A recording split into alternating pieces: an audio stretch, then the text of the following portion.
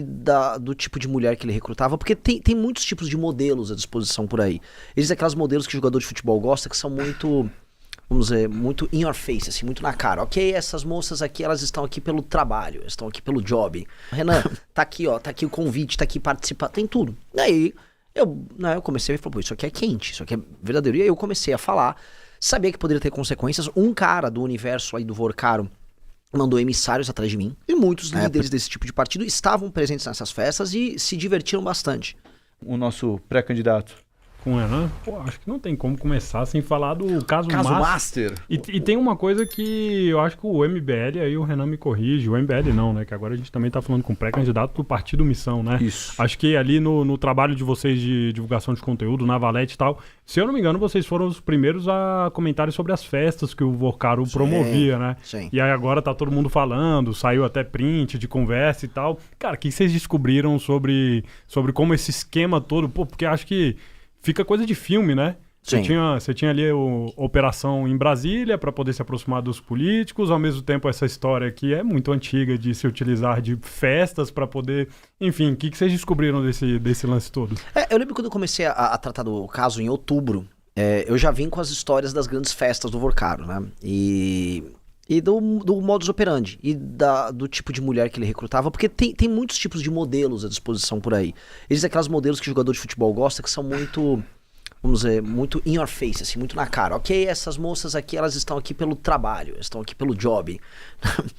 O Vorcaro era um pouco mais refinado, ele fez importações do universo aí do leste europeu, países nórdicos. E eu tive amigos e amigas que estiveram próximos dessas festas, desses eventos, e conheceram pessoas que estiveram próximos. Não querem revelar, mas falam, Renan, tá aqui, ó, tá aqui o convite, tá aqui participar, tem tudo. E aí eu comecei a falar, pô, isso aqui é quente, isso aqui é verdadeiro. E aí eu comecei a falar, sabia que poderia ter consequências. Um cara do universo aí do Vorcaro mandou emissários atrás de mim. Primeiro sendo simpático, você tá indo bem na campanha, você precisava de ajuda com estrutura. Aí eu... esmola demais, né? Quando esmola demais, o santo desconfia. Falei, quem quer me ajudar tanto assim, né? Aí depois eu fui entender, tá, é daquele sujeito. Então aí eu comecei a tomar cuidado, mas depois vieram, vamos dizer, algumas broncas, né? Tipo, gente, ô Renan, toma cuidado. Amigo nosso tava na festa, Renan. Porque o universo político de Brasília, especialmente do Centrão, estava muito presente nessas festas. E, poxa, meus amigos concorreram a deputado federal, vereador, em muitos partidos que hoje estão no que a gente chama de Centrão. União Brasil, Progressistas, dentre outros. E muitos líderes desse tipo de partido estavam presentes nessas festas e se divertiram bastante. Fizeram tudo o que se espera numa festa dessa natureza. Então, eles estão preocupados com essas repercussões. E, assim, é uma repercussão desabonadora. Naturalmente, estamos falando aqui de atos sexuais consensuais entre adultos, né? Não é, em tese, problemático, mas dentro de um contexto republicano, quando são autoridades da república sendo compradas em grande medida por um banqueiro que obtinha favores e fazia negócios baseados nesses favores, sim, isso é de interesse público. Então, essas festas, na real, muito mais do que a fofoca, elas são de interesse público, porque a gente está falando do modus operandi de cooptação de autoridades da república via também sexo. Sexo era a embalagem por trás do presente, maior que era grana pura e simples. E você acha que tem... Brasília tá mesmo? Às vezes a gente vê alguns tweets ou algumas coisas no sentido de falar Brasília tá em pânico com o celular do Vorcaro e tal. Acho que com certeza essas festas deviam todo mundo deixar o celular, ninguém entrava e tal, devia tomar. Mas você acha que ele pode ter elaborado algo mais para poder ter esses políticos na mão em relação a isso? Assim, você acha que teve uma engenharia também pensada sobre isso? Teve, assim, quando eu soube, assim, eu posso falar com certa tranquilidade, porque uma jornalista da Folha já revelou, inclusive, o nome de como eles se referiam às festas em Trancoso, que era o Cine Trancoso, né? E o Cine Trancoso não é porque ninguém assistia um Netflix lá em Trancoso, né? Eles alugavam casa, depois tinha a própria casa do Daniel Vorcaro, mas essas festas aconteceram mais de uma vez. E nas festas em geral, não só lá como festas aconteciam, tem até um prédio na Faria Lima comercial que eles usaram para fazer festas. Essas festas, eles deixavam o celular na porta. Mas o cine se refere a outro tipo de filmagem, que aparentemente, né, e tudo leva a crer, as filmagens tocadas pela própria turma do Vorcaro. E ali ele, né, poderia, vamos dizer, ter meios de ação para poder trabalhar o convencimento dos amigos dele, caso eles deixem de ser amigos dele, né, em bom português. Então, a gente soube, assim, eu soube isso do segundo semestre do ano passado. E tem muita gente, a questão é, muita mulher participou da festa, muita mulher gringa participou, com pouco interesse na política nacional, mas teve mulheres brasileiras que participaram. E teve toda outra cena que foi criada. Eu já comentei é público também que eu comentei sobre isso, tinha o Fabiano Zettel, que tinha uma empresa que era a Moriá, que era uma empresa que basicamente investia em outras empresas ali, Sim. e a Moriá, ela comprou, por exemplo, ela ajudou a tocar uma academia que tinha ali no jardim, nos Jardins Alessanque, que algumas das gostosas que tomavam frequentar essa academia eram, vamos dizer, habituês desse tipo de festa. Tem uma correlação direta ali na coisa. Então, foi criado um aparato, vamos dizer, festeiro, ligado a esse universo, muito profissional da parte dele. E agora, vamos dizer, tem gente investigando isso, tentando descobrir que empresas foram chamadas para isso, quem foram as pessoas que ajudaram a articular. Porque não era uma operação pequena, era uma operação grande. Era uma festa que aconteceu em São Paulo, era uma festa que aconteceu no Rio, teve festa que aconteceu no Nordeste, teve festa em Brasília, teve festa em Portugal, as de Lisboa, soube até por lisboetas, por portugueses aí da festa dele lá. Teve festa eu não sei se é Mônaco, esse negócio do Mediterrâneo no verão, teve festa por ali. Foi ali, inclusive, que o Vorcaro começou a ter contato com, vamos dizer, material humano de origem, vamos dizer, europeia, norte da Europa, leste europeu, e começou a fazer certas amizades. A Irina Shayk, que era a ex-namorada do Cristiano Ronaldo, esteve, inclusive, presente no camarote dele, lá no Carnaval do Rio de Janeiro, acho que foi no ano passado, por conta dessas amizades que eles foram fazendo nesses ambientes ali. Então, estamos falando de um cara que é profissional nisso aí. Não era tão profissional na gestão do banco, mas na gestão das festas e da computação, o cara era uma máquina. Cacete. Assim, e nessa forma de cooptação, a gente fez um episódio recente sobre a história do Epstein, né? Obviamente, em outras esferas, mas tinha o lado de registrar para poder usar aquilo a favor dele, né? Numa determinada... Caso deixe de ser amigo, né? Enfim. Complexo, né? Porque o que pode desenrolar disso tudo, né? Quais são as consequências? Porque é algo que, embora não tenha um impacto político direto, né? Mas certamente você mexe com a sociedade, a maneira como ela enxerga, que já não é uma maneira muito boa de enxergar os políticos, e já começa a ter até uma visão ainda mais deturpada, né? Piorada, né? Sim, mas foi bom que descobrissem isso, porque a história do Banco Master, como para muita gente ela é complexa, ela humanizou a história. Fala, entendi, tinha até isso. Aí as pessoas começam a tratar o tema de maneira mais simplificada, porque o escândalo do Banco Master na opinião pública, a real ele ainda não pegou. A opinião pública ainda não abraçou o problema do Banco Master. E tem uma série de problemas. O principal problema do Banco Master é o fato dele ser um escândalo ecumênico. E o que é um escândalo ecumênico? Tem centrão? Tem. Tem membros do STF? Tem. Tem membros da direita? Tem. Tem membros da esquerda? Tem. Como ele é ecumênico, o máximo que a gente vai ver é assim, pessoas de direita atacarem o envolvimento da esquerda no escândalo. Ou pessoas de esquerda atacarem o envolvimento da direita no escândalo. O exemplo, claro, para não ficar aqui só falando em termos genéricos. Tabata Amaral fez um vídeo falando sobre o escândalo do Banco Master. Só aborda a parte que cabia à direita. Governo do Bolsonaro, acho que citou ali o Fabiano Zettel, cita a Lagoinha, e para por ali. Não entrou lá no amigo que foi no casamento dela lá com o João Campos, lá o Alexandre de Moraes, né? Não aborda o governo Lula. Lula recebeu o Vorcaro 3 vezes. Quando você viu agora, ontem teve um documentário da Brasil Paralelo sobre o assunto, só abordando a participação da esquerda. Esse escândalo que a esquerda sempre está presente. A real, esse escândalo pega todo mundo. Se a gente for pegar eu defendi a privatização da Sabesp.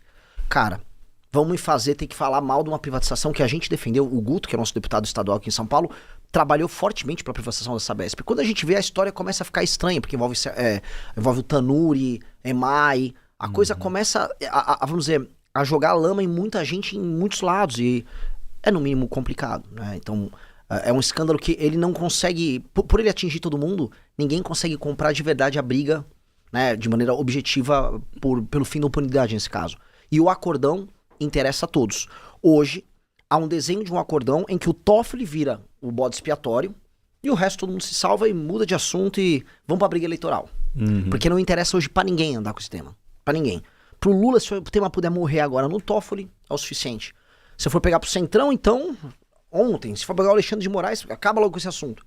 Então, em tese, entregar a cabeça do Toffoli seria, vamos dizer, um mínimo denominador comum que agradaria a todos. E aí eles fogem do assunto, tenta ver eventualmente um tema de uma anistia mitigada ali, aquele PL que tá lá na Câmara, e o jogo que segue. É isso que todo mundo quer. Mas é uma pena. É uma pena porque a credibilidade institucional do Brasil, ela foi colocada completamente em xeque. Eu acho que o Brasil é um país em que não há um senso objetivo de justiça, ou seja, a insegurança no Brasil, a insegurança jurídica no Brasil é bizarra. O Banco Central, assim, a pouca credibilidade que o Brasil tem institucional para receber investimento estrangeiro residia também no Banco Central e eles quase jogaram o Banco Central no lixo. Houve agora uma tentativa de nomeação do Otto Lobo na CVM. A real é o seguinte, estavam colocando um cara que ficou advogando pra turma deles ali na CVM, eu vou falar de maneira clara. E a gente vai ficar permitindo isso. Então, ou seja, a credibilidade institucional do mercado imobiliário brasileiro sendo jogada completamente no lixo. E as pessoas não se rebelam, as pessoas não se revoltam. E a real é que há um torpor. Eu vejo muitas razões pro torpor, eu tô nessa atividade política há muitos anos. E eu acho que a partidarização dos escândalos, ela é problemática. Na época da Lava Jato, quando as pessoas saíram às ruas e derrubaram o PT, as pessoas não estavam assim, não, para aí, chegou no Aécio, não mexe no Aécio. Não, as pessoas comemoravam quando a operação pegava gente do PSDB também. Agora não, a coisa tá muito partidarizada. Então uma pessoa de direita só quer ver assim, o que o Lula tem a ver com isso? Não, a gente vai chegar no Lula, calma.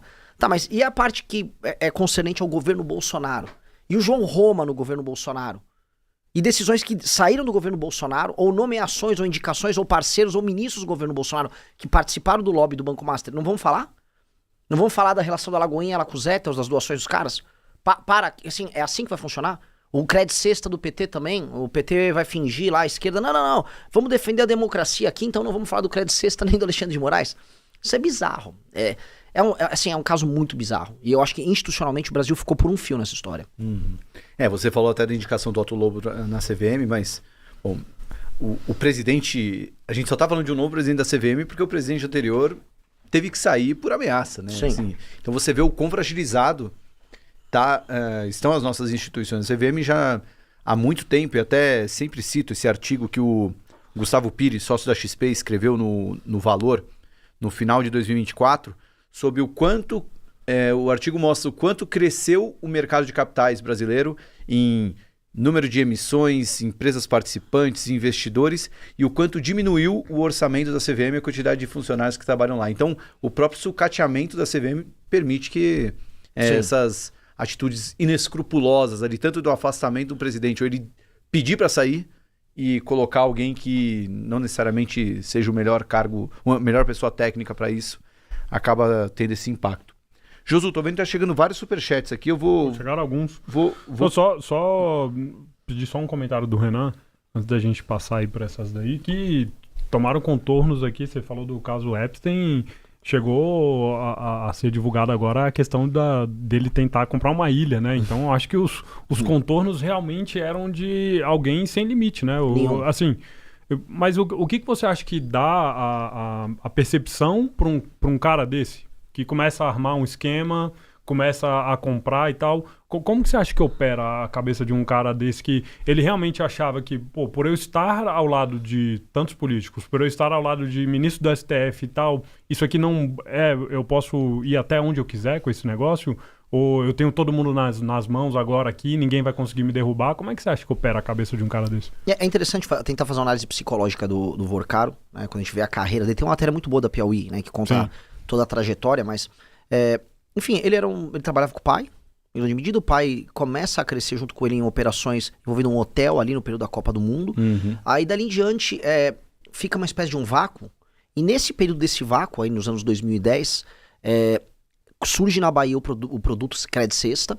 E, paralelamente, eles vão atrás do banco, que é o Banco Máxima, que estava em dificuldades. E tem todo um processo longo para eles adquirirem e tornar ele o Banco Master. Mas não dá para falar do Banco Master sem o produto Cred Sexta e sem o Nelson Tanuri. E sejamos honestos aqui, em bom português, o Nelson Tanuri é sócio oculto do Banco Master. Meio que todo mundo sabe disso. E o Nelson Tanuri foi parte integrante de, vamos dizer, de uma operação mais estruturada que envolvia de compra de empresas públicas, a emissão de títulos de uma empresa que usava para lastrear outra. Ou seja, ele criou esses produtos complexos. Então, Tanuri de um lado e o Augusto Lima do outro, que vem com o Cred Sexta, esses caras juntos criam, vamos dizer, o conjunto de operações que dão base para o negócio do Banco Master. Então, eu não sei se o Vorcaro ele é o arquiteto disso tudo. Eu nem acho que ele é o arquiteto. Eu acho que o Tanuri é um cara, vamos dizer, com muito mais tarimba e muitas mais experiência em negócios, vamos dizer, confusos, tá? Pra gente falar o mínimo, do que ele. Só que o que ele viveu, e tem uma questão simbólica, ele viveu um momento que é único ali. Quando acaba a Operação Lava Jato, quando acaba a prisão em segunda instância, quando o COAF é tirado ali do Sérgio Moro, acaba o que a elite política no Brasil chamava de pânico moral. Eles falavam o seguinte, o Romero Jucá falava isso, todos esses caras, havia um pânico moral de classe média que deu na Operação Lava Jato, a Operação Lava Jato chegou, prendeu todo mundo e acabou com os negócios. E na cabeça de todo mundo os negócios acabaram, isso é uma grande oportunidade perdida. Quando acaba a Operação Lava Jato, e é muito engraçado porque é bem coincidente, termina a Operação Lava Jato, no dia seguinte é autorizado o funcionamento do Banco Master. Coincidência, né? Mas aquelas coincidências poéticas praticamente, né? Que fazem a história ficar mais saborosa. Viram Vale Tudo. Aquele início do Vale Tudo, começa 19, 20, 21, 22, todo mundo nessas elites jurídicas, econômicas e políticas se sente livre para começar a fazer negócios novamente. E como esses negócios começaram a envolver absolutamente todo mundo, eu acho que todo mundo se sentiu, vamos dizer, não só autorizado a fazer isso, no momento em que o Supremo Tribunal Federal vinha vencendo o governo Bolsonaro, em muitos termos, mas eles também entraram no próprio governo Bolsonaro. A gente pode ver, assim, uma das primeiras coisas que o Ciro Nogueira fez quando ele se torna ministro da Casa Civil, acho que foi um dos primeiros, talvez o primeiro ato público dele, foi fazer um churrasco com o Daniel Vorcaro e apresentar o Daniel Vorcaro a outras pessoas, dentre elas ele apresenta o Roberto Campos Neto, que é o Roberto Campos Neto, que recebeu as 38 chamadas do mercado financeiro para fazer alguma coisa com relação ao Banco Master e demorou muito para fazer as coisas. Então, você tinha então uma turma que estava operando PT, operando o governo Bolsonaro, operando o Centrão, operando, depois de alguns anos, o governo do DF. Então, eu acho que, por conta do final da Operação Lava Jato, em que, na cabeça dessa elite, eles falam o seguinte, havia um pânico moral de 14, quando começa a Operação Lava Jato, que dura até 2019, eu acho que eles abrandaram o espírito, no sentido de agora, vamos que vamos, agora é festa, agora é farra, ninguém vai pegar, ninguém vai falar nada. A imprensa estava sendo muito condescendente com tribunais superiores e agentes políticos desta natureza, dado que eles achavam que esses agentes políticos estavam defendendo a democracia. Não, o STF, gente, não fala do STF agora, porque o STF está nos salvando aqui, a democracia está sendo salva contra o Bolsonaro. Então, esse espírito condescendente que permeou esse período deu todo o espaço para um cara como o Vorcaro e as operações do Banco Master crescerem como eles cresceram. E cresceu muito, a ponto de ter uma contaminação que eu acho que é ímpar. Eu acho que em termos de contaminação, esse escândalo é muito maior do que a Lava Jato. Porque assim, a natureza de um escândalo financeiro, até pela lógica dos produtos financeiros se espalharem, é diferente de uma empreiteira que faz uma obra superfaturada. Você consegue contaminar os mercados mais diversos, você consegue fazer operações assim. O Tanuri estava fazendo operação que envolvia no fundo Master com telecom no Paraná e com saneamento em São Paulo. São áreas completamente diferentes da economia. Tinha fintech, tinha banco, tinha produto. Você for pegar a Moriá, eles investiam em empresas de wellness. Então tinha de tudo. Né? E essa contaminação é uma contaminação cruzada na economia. Quando a Malu Gaspar veio aqui, a gente fez esse paralelo sobre Lava Jato e Master.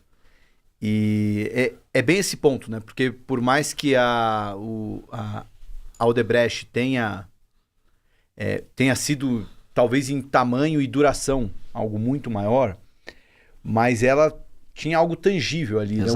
A impressão que dá do Master é que se não tivesse tido esse basta, porque vai usar um termo aqui do mercado, é um asset light, né? Porque ele conseguia se escalar, fazer uma alavancagem de o dinheiro que era usado recebia e esse dinheiro voltava para o banco como investimento, Sim. que já usava como garantia para outro projeto.